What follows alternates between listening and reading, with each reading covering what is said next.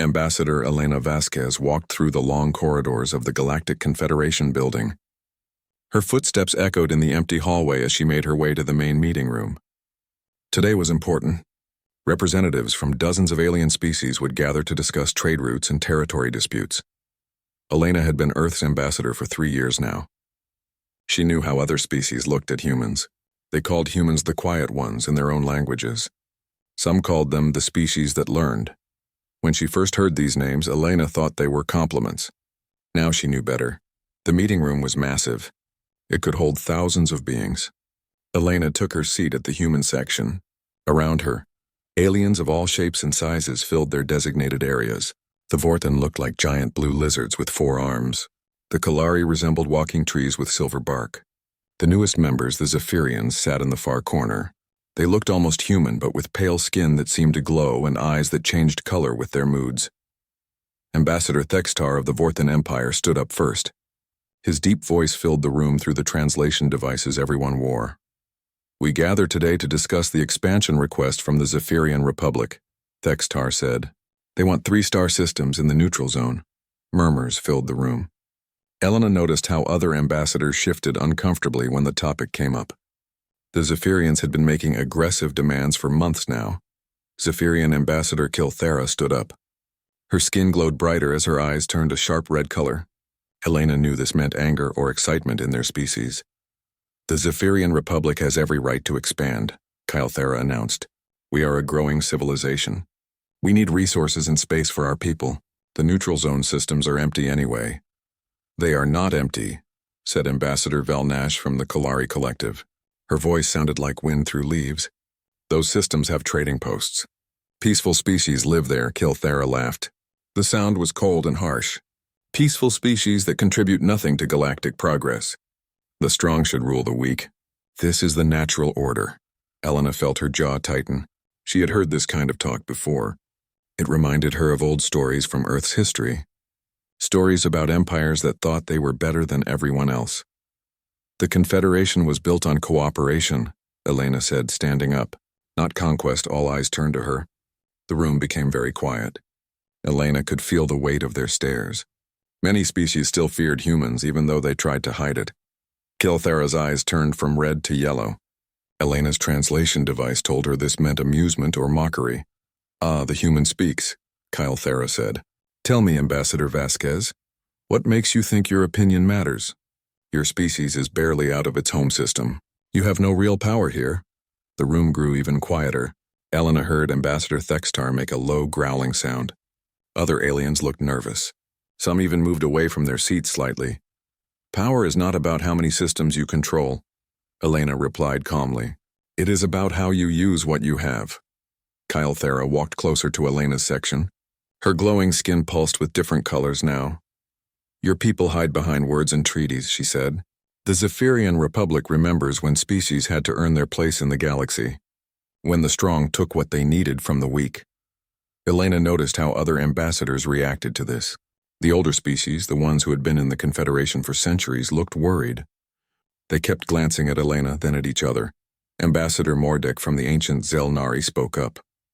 His species looked like floating jellyfish with crystals instead of tentacles. "Perhaps we should take a break," he suggested. "These discussions require careful thought." "No," Kilthera said firmly. "I want an answer now. Will the Confederation support our expansion, or will you stand in our way?" The room erupted in whispered conversations. Elena could hear dozens of languages being spoken at once. Through her translation device, she caught fragments of what they were saying. She does not know what she is asking. The Zephyrians are too young to remember. Someone should tell them about the Kathamori. The humans have been quiet for too long. The young species have forgotten. Elena raised her hand for silence. Slowly, the room became quiet again. "Ambassador Kilthera," Elena said, "before you make any final decisions, perhaps you should study galactic history more carefully." "History?" Kilthera laughed again. "What could history teach us? The past is dead. Only the future matters." Ambassador Thextar stood up slowly. His forearms moved in what Elena recognized as a gesture of respect toward humans. "Young one," Thextar said to Kilthera, "you speak of the strong ruling the weak. But you do not understand what true strength looks like. I understand perfectly, Kylothera replied. We have the most advanced military in this sector. Our ships are faster and stronger than anything else in the neutral zone.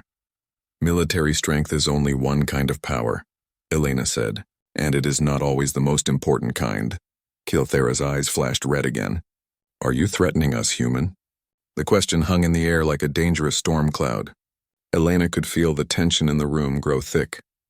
Some ambassadors actually got up and moved toward the exits. I am not threatening anyone, Elena said. I am offering advice. The Confederation exists because we learn to solve problems together. When species choose conquest over cooperation, bad things happen. Bad things? Kylothera mocked. What bad things? Show me one species that was destroyed for being strong. The room became completely silent. Elena looked around at the other ambassadors. Many of them were staring at the floor. Others looked like they wanted to be anywhere else. Ambassador Mordek floated closer to the center of the room. There was a species called the Keth Mori, he said quietly. They were very strong. They conquered many worlds. They enslaved other species. They thought they were the most powerful force in the galaxy. What happened to them? Kylothera asked, but her voice was less confident now. They made humanity angry, Mordek replied. Very angry. Elena watched as Kylothera looked around the room.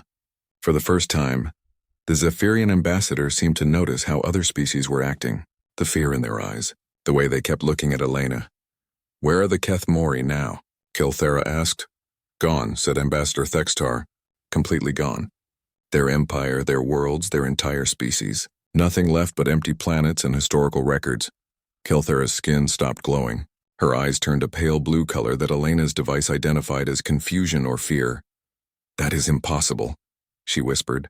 No single species could destroy an entire empire. Elena stood up again. She looked directly at Kylothera. The meeting is adjourned for today, Elena announced. I suggest everyone take time to review the historical archives before we continue these discussions. As the other ambassadors began to leave, Elena could hear them talking in hushed tones. The word Kethamori was repeated over and over in different languages. She also heard another word that made her stomach turn cold. Obliteration. Elena gathered her documents and headed for the exit. Tomorrow's meeting would be very different. She only hoped the Zephyrians would be smart enough to listen to the lessons that history had to teach. Behind her, Kylothera stood alone in the empty meeting room, her skin dim and her eyes wide with growing understanding. Elena sat in her private office aboard the human diplomatic station. The room was quiet except for the soft hum of the life support systems. She had called Earth immediately after the meeting ended. Now she waited for the secure connection to establish. The holographic display flickered to life. Director Sarah Chen appeared, sitting behind her desk at the Global Diplomatic Command Center in Geneva. Her face looked tired, but her eyes were sharp and focused. Elena, Director Chen said, I heard about the meeting. How bad is it? The Zephyrians are pushing hard for expansion, Elena replied. They are talking like the Keth Mori did 50 years ago. Same attitude, same arrogance. Director Chen was quiet for a moment. Elena could see her thinking, remembering. Do they know about the Keth Mori War? Chen asked. Some of the older species tried to warn them, Elena said, but I do not think they understand what really happened. The Zephyrians are too young. They were not even spacefaring when it all went down. Chen nodded slowly. Maybe it is time they learned. Access the historical files, Elena. Show them exactly what happens when a species decides to make humanity their enemy. Elena activated her computer terminal. Her security clearance gave her access to files that most humans never saw. The Keth Mori War archives were classified at the highest levels. She began reading the reports even though she had studied them many times before. The Keth Mori Empire had been massive. They controlled over 200 star systems at their peak. They were a proud species that looked like giant insects with metallic shells. Their technology was advanced, their military was strong, and they believed they were the rightful rulers of the galaxy. For 300 years, the Keth Mori had expanded their empire by conquering other species. They did not negotiate or trade. They simply took what they wanted. Weaker species became slaves. Stronger ones were destroyed completely. Elena opened a file, marked First Contact Keth Mori Empire, 2387. The report was written by Captain James Morrison of the Exploration ship UES Discovery. We encountered the Kethmori fleet near the Tau Ceti system, Morrison had written. They demanded that we surrender our ship and submit to their authority. When I explained that humans were an independent species, they laughed. Their commander said that all species in this galaxy belonged to the Kethmori Empire. We were allowed to leave only because they found us amusing. Elena scrolled through more reports. At first, the encounters were almost peaceful. The Kethmori saw humans as curiosities. Earth was far from their main territory, and humans seemed harmless. That changed when humanity began to expand. Elena found the report from Admiral Lisa Park, dated 2389. The Kethmori have issued an ultimatum. All human colonies beyond the Sol system must be abandoned. Any humans found in their territory will be enslaved or killed. They have given us 30 days to comply. The next file was Earth's response. Elena had read it many times, but it still gave her chills. The United Earth government rejects the Kethmori ultimatum. Human colonies will not be abandoned. Our people will not be enslaved. If the Kethmori Empire wishes to test our resolve, they will find that humanity does not bow to threats. Elena opened a video file dated 3 months later. The footage was from a rescue ship arriving at New Geneva Colony. What they found there changed everything. The colony had been home to 50,000 humans, families, children, scientists, and farmers who had traveled light years to build a new life. The Kethmori had attacked without warning. Elena forced herself to watch the footage, even though it made her sick. The colony buildings were destroyed, but that was not the worst part. The Kethmori had not just killed the humans. They had made them suffer first. The video showed evidence of torture, experimentation, and worse things that Elena could not even think about. At the end of the video, a young girl's voice could be heard on the rescue team's audio recording. She was maybe 8 years old, hiding in the ruins of what used to be a school. "Please help us," the girl whispered. "They took my mommy and daddy. They said they were going to do bad things to them. Please make them stop." The rescue team found her body 3 hours later. Elena closed the video file and opened the next document. It was a message from Earth's government to all human colonies and ships. As of today, the United Earth government declares a state of total war against the Kethmori Empire. All human resources will be dedicated to the complete destruction of this threat to our species. There will be no negotiations, no surrender, and no mercy. What happened next was something the galaxy had never seen before. Humans had always been known as explorers and traders. They were good at making friends with other species. Their military was decent but not impressive compared to the great galactic powers. Most species thought of humans as pleasant but unremarkable. The Kethmori War showed everyone how wrong they were. Elena read through the military reports. In the first 6 months of the war, humanity transformed completely. Every human colony became a fortress. Every civilian became a soldier. Every factory started making weapons, but it was not just about numbers. Humans fought differently than other species. They were creative in ways that confused and terrified their enemies. The Kethmori expected traditional space battles with big ships firing at each other. Instead, humans used small, fast ships that attacked like swarms of angry bees. They developed new weapons that the Kethmori had never seen before. They used tactics that broke every rule of civilized warfare. Elena found a report from Kethmori High Command that had been captured later in the war. "The humans fight like madness itself," the report said. "They attack our supply lines, our communication networks, our civilian populations. They show no honor in battle.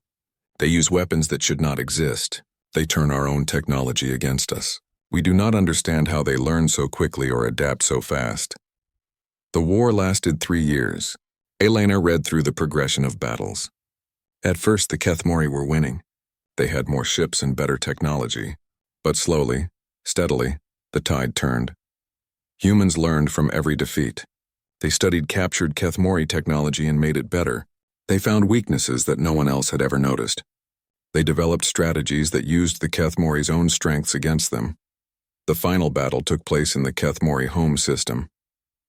Elena opened the video file from Admiral Chen's flagship.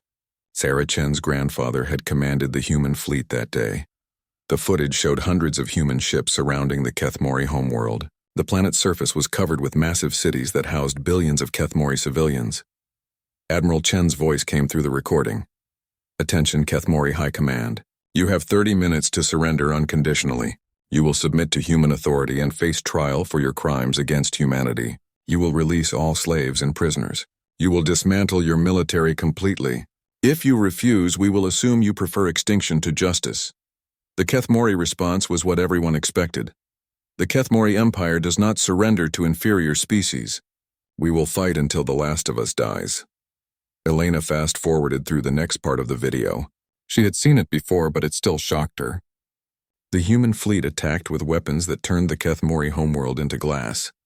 Not just the military bases or government buildings. Everything. When other species asked why humans had been so thorough, Admiral Chen's response became famous across the galaxy. They chose extinction over justice. We gave them what they chose. Elena closed the historical files and sat back in her chair. The Kethmori Empire had vanished in less than a week. 200 star systems, trillions of beings, an entire civilization that had existed for thousands of years. Gone. The galaxy learned two important lessons from the Kethmori War. First, humans were much more dangerous than they appeared.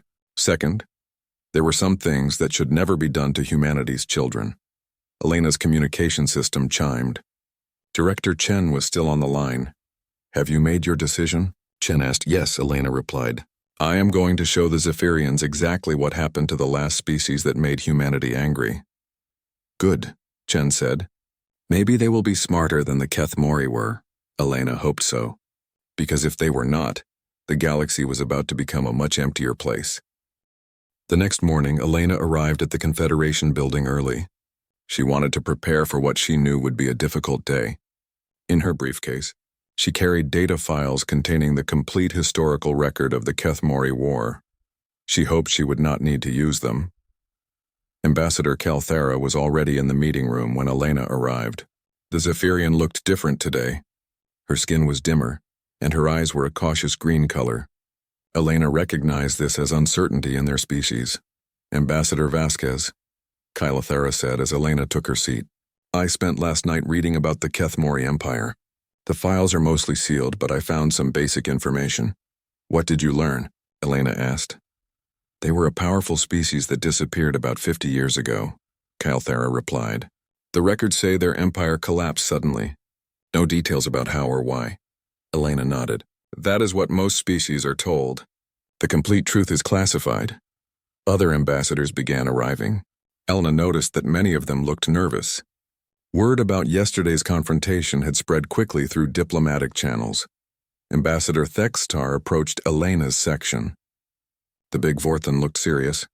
I hope your people are prepared, he said quietly. My intelligence sources tell me the Zephyrians are mobilizing their fleet. Elena felt a cold weight in her stomach. Mobilizing for what? Unknown, Thextar replied. But 3 Zephyrian battle groups left their home system yesterday. They are heading toward the neutral zone. Before Elena could respond, the meeting was called to order. Ambassador Mordek floated to the center of the room. Yesterday's discussions were postponed, the ancient Zelnari announced. Today we will address the Zephyrian expansion request and related concerns. Calthera stood up immediately. Her skin began to glow brighter and her eyes shifted to yellow. The Zephyrian Republic has made a decision, she announced. We will not wait for the Confederation's approval. Our forces are already moving to secure the systems we require. Shocked murmurs filled the room.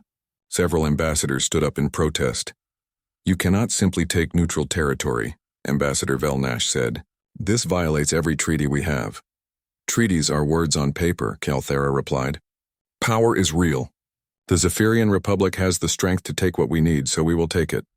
Elena's communication device buzzed with an urgent message from her intelligence liaison. She read it quickly, then stood up. Ambassador Calthera, Elena said, I have just received a report. Your forces have attacked Trading Post Omega-7. They killed 15 civilian workers and enslaved 200 others. The room erupted in angry voices. Trading Post Omega-7 was neutral territory, protected by Confederation law. It was home to peaceful traders from dozens of species. Calthera's eyes turned bright red. Those workers were in our territory.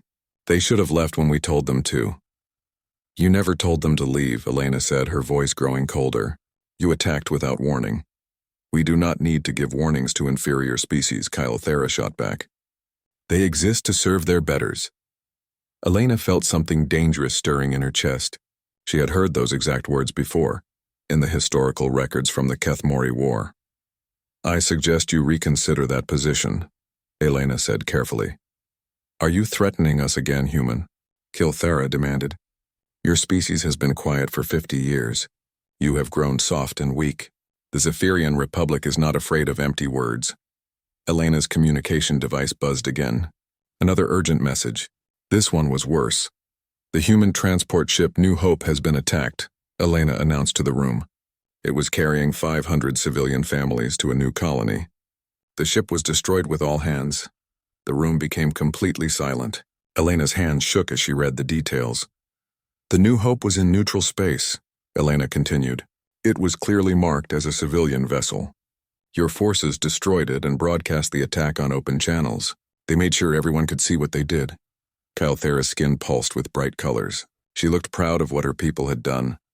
"The humans were warned to stay out of our territory," she said. "They chose not to listen. Their deaths are their own fault." Elena stood very still. Around the room, other ambassadors were moving away from their seats. Some were heading for the exits.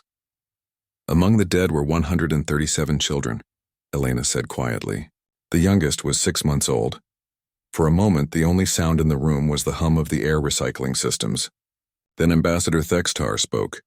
"You have made a terrible mistake," he said to Kilthera. "Mistake?" Kilthera laughed. "The only mistake was that there were not more human ships to destroy. Their weakness disgusts me." Elena activated her communication device and sent a priority message to Earth. She used a code that had not been transmitted for 50 years. Every human in the galaxy would receive it within the hour. "What are you doing?" Kilthera demanded. "I am informing my government about what has happened," Elena replied. "They will want to know that human civilians have been murdered." "Your government will do nothing," Kilthera said confidently. "Humans are cowards who hide behind treaties and laws. You have no real military power." Elena looked directly at the Zephyrian ambassador. Her voice was very calm when she spoke. "Ambassador Kilthera, I want you to listen very carefully to what I am about to tell you. In approximately 6 hours, you will receive a message from Earth. I strongly suggest that you read it." "I do not care about human messages," Kilthera replied. "You should," Elena said, "because after you read it, you will understand exactly what happened to the HFY Empire." Elena gathered her documents and walked toward the exit. Behind her, she could hear other ambassadors talking in urgent whispers. "She is calling her people home," she heard Ambassador Mordek say. "The humans have been quiet for too long," added Ambassador Thextar. "The young species forgot what they are capable of." Elena paused at the door and looked back at Kilthera. "The last species that made humanity angry," Elena said quietly. "We obliterated them completely. I hope your people are smarter than they were." As Elena left the building, she could see ships beginning to leave the diplomatic station.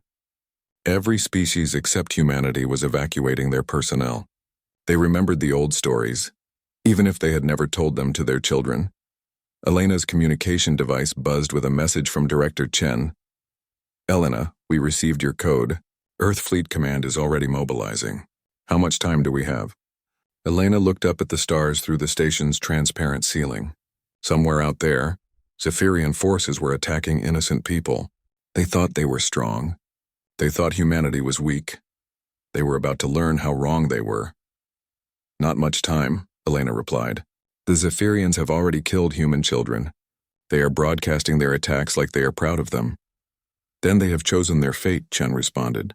"Come home, Elena. This station will not be safe much longer." Elena looked back at the Confederation building one last time. 50 years of peace were about to end.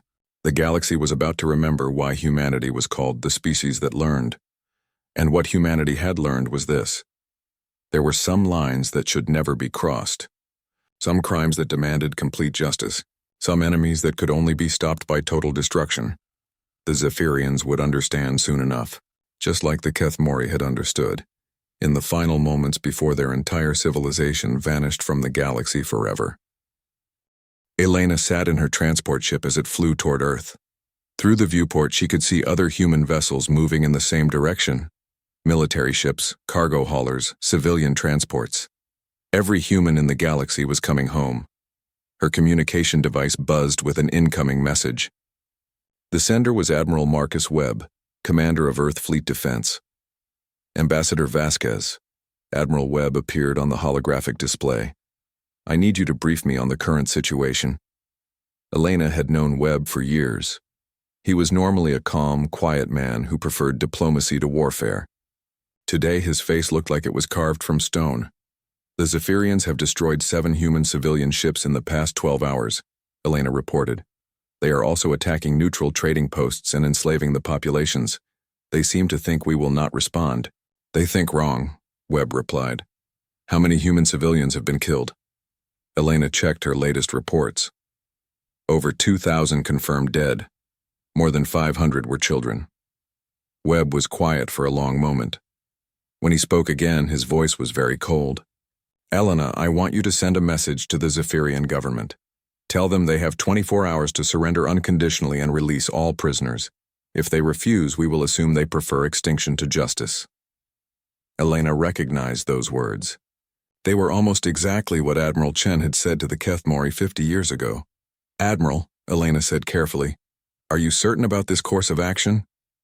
The Zephyrians made their choice when they started killing our children, Webb replied. We are simply giving them one chance to make a better choice. Elena's ship docked at Luna Station, humanity's main military headquarters near Earth's moon. As she walked through the corridors, she could see that the base was transforming. Soldiers who had been on leave were returning to duty. Civilian technicians were working alongside military engineers. The peaceful space station was becoming a war machine. In the command center, Elena met with Director Chen and Admiral Webb. Holographic displays showed the positions of human and Zephyrian forces throughout the galaxy. What is our current military strength? Elena asked. Admiral Webb activated a tactical display. We have been building ships for 50 years, even during peacetime. The Zephyrians think we only have a few dozen vessels. They are wrong. The display showed the real size of humanity's fleet. Elena was shocked. There were thousands of ships hidden in secret bases throughout human space. Why do we have so many ships? Elena asked. Because we learned from the Kethmori War, Director Chen replied. We promised ourselves that humanity would never again be unprepared for aggression. Admiral Webb pointed to another display. But numbers are not our only advantage. Our technology has advanced significantly since the last war. Elena studied the technical specifications. Human weapons had improved far beyond what anyone in the galaxy realized. Their ships were faster, stronger, and more advanced than anything the Zephyrians possessed. How is this possible? Elena asked. The other species would have noticed our technological progress. We made sure they did not notice, Webb replied. Humanity learned to be very good at keeping secrets. The galaxy thinks we have been peaceful for 50 years. They do not know we have been preparing. Elena's communication device chimed. A message had arrived from the Zephyrian government. She read it aloud. The Zephyrian Republic rejects human demands. We do not negotiate with inferior species. Any human military action will be met with overwhelming force. Your civilians will suffer the consequences of your government's foolishness. Admiral Webb nodded slowly. Then they have chosen extinction. Begin Operation Righteous Fury. Elena watched as orders went out to human forces across the galaxy. Ships that had been hidden for decades began to move. Military bases that the galaxy did not know existed came online. Weapons that had never been tested in combat were prepared for use.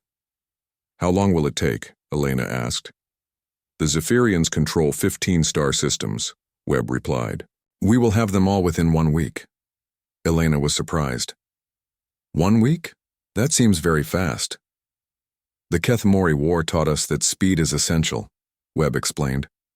Quick, decisive action prevents other species from choosing sides. It also minimizes casualties on all sides. The first reports came in 6 hours later. Human forces had attacked Zephyrian military bases in 3 systems simultaneously. The results were devastating for the Zephyrians. Their entire third fleet has been destroyed, reported Colonel Sarah Kim. No human losses. They never even saw us coming.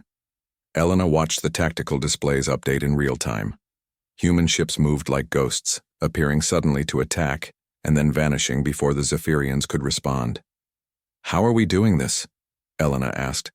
"Stealth technology," Webb replied. "We developed it after studying captured Kethmori equipment. Our ships can become nearly invisible to sensors." More reports arrived throughout the day. Zephyrian communication networks were being systematically destroyed. Their supply lines were cut. Their military commanders were being captured or killed. "They are trying to surrender," Colonel Kim reported. "Local Zephyrian commanders in 4 systems are requesting terms." "No terms," Webb replied immediately. "Unconditional surrender only. They can submit to human authority or they can die fighting. Those are their only choices." Elena felt uncomfortable with how easily the war was going. "Admiral, should this not be more difficult? The Zephyrians have a large military." Webb brought up another display. It showed a comparison between human and Zephyrian technology.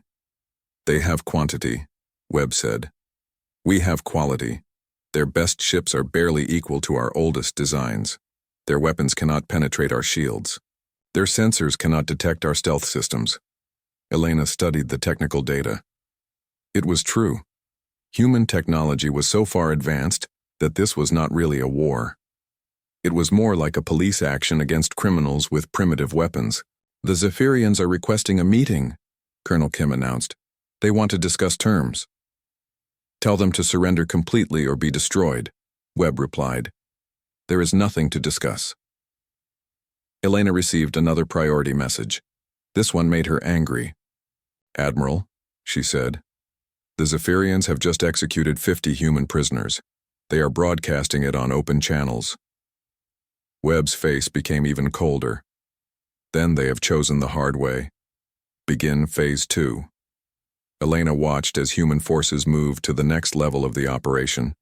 Instead of just attacking military targets, they began systematically destroying Zephyrian infrastructure. Power plants, communication centers, government buildings, everything that kept their civilization running.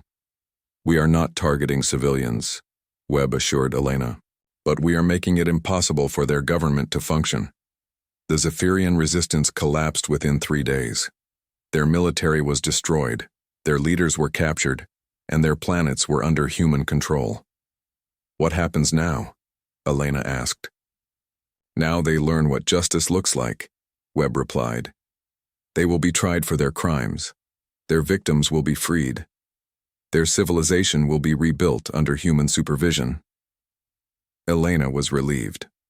Unlike the Kethmori War, this conflict would not end in genocide. "Why are we being merciful?" Elena asked. "The Kethmori were completely destroyed," Director Chen answered, "because the Zephyrians are not the Kethmori. The Kethmori committed genocide and refused all offers of surrender.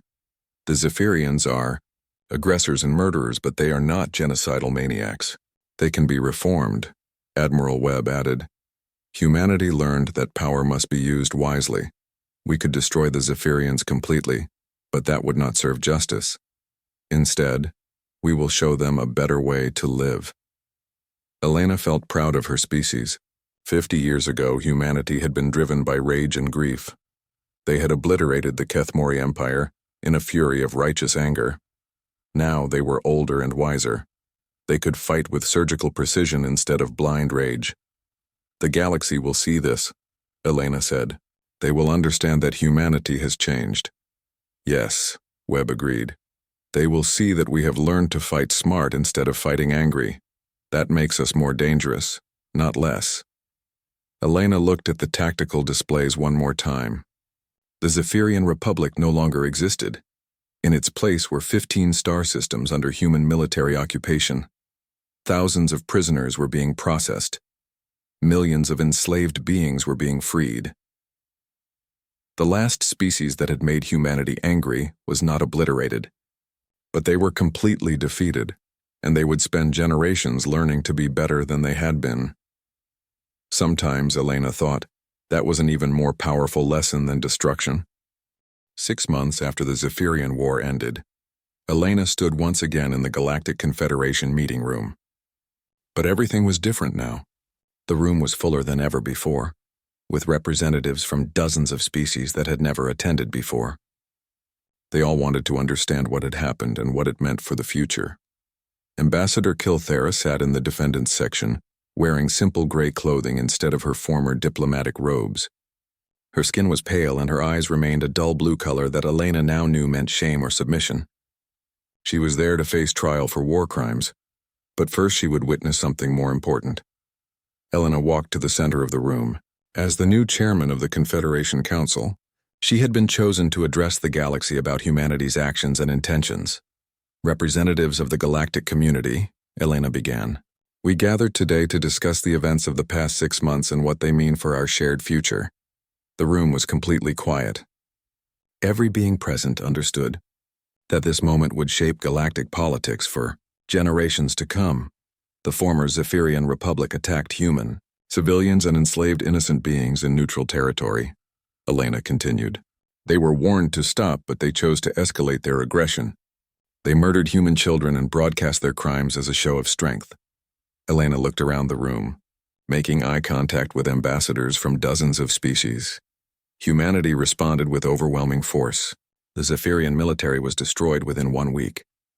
Their government was disbanded, and their leaders were captured. 15 star systems that had lived under tyranny are now free. Ambassador Thextar stood up. Chairman Vasquez, many species want to know, what are humanity's intentions now? Will you keep the former Zephyrian territory?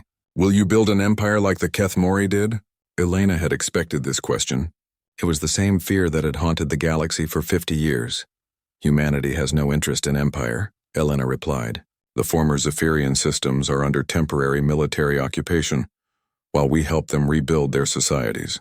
Once they have learned to govern themselves peacefully, they will regain their independence. Murmurs of surprise filled the room. This was not what anyone had expected. Ambassador Velnash from the Kalari Collective spoke next. What guarantees do we have that humanity will keep this promise? Elena activated a holographic display showing the current status of former Zephyrian worlds. On every occupied planet, we are building schools, hospitals, and democratic institutions, Elena explained. We are teaching the Zephyrians about cooperation, individual rights, and peaceful conflict resolution. Former slaves have been freed and are being helped to return home or build new lives. The display showed images from across the former Zephyrian Republic. Human teachers working with young Zephyrians, human doctors treating patients of all species, human engineers helping to rebuild infrastructure damaged in the war. This is unprecedented, said Ambassador Mordek. Conquerors do not usually educate those they defeat. Humanity did not conquer the Zephyrians, Elena corrected. We liberated them from a government that had turned them into monsters. The Zephyrian people are not our enemies. Their former leaders are. Elena gestured toward Kilthera, who had been listening to everything with growing amazement. Former Ambassador Kilthera will stand trial for ordering attacks on civilians. If convicted, she will serve time in prison and work to help repair the damage she caused. But she will not be executed, and neither will any other Zephyrian war criminal. Kilthera looked up at Elena with confusion in her eyes. I do not understand, she said quietly. My people killed your children. Why do you show us mercy? Elena walked over to stand in front of the former Zephyrian ambassador. Because 50 years ago, humanity learned an important lesson, Elena replied. We learned the difference between justice and revenge. The Kethmori Empire was destroyed completely because they were truly evil. They committed genocide and could never be reformed. But your people can be better than they were. Elena turned back to address the full assembly. The galaxy has lived in fear of humanity for 5 decades, she said. You have called us the quiet ones and the species that learned. You whisper stories about what we did to the Kethmori Empire and wonder if we will do the same to you. The room was so quiet that Elena could hear her own heartbeat. Today, I want to make humanity's position clear, Elena continued. We prefer peace to war. We prefer cooperation to conquest. We prefer building to destroying. But we will not tolerate aggression against innocent beings. We will not allow the strong to prey upon the weak, and we will never again permit anyone to harm human children without facing the consequences. Ambassador Thextar stood up again. What does this mean for species that might threaten humanity in the future? Elena thought carefully before answering. Her words would be remembered and repeated across the galaxy. Any species that attacks human civilians will face the same fate as the Zephyrians, Elena said. Their military will be destroyed, their government will be disbanded, and their people will be taught to live in peace. If they refuse to learn like the Kethmori did, then they will share the Kethmori's fate.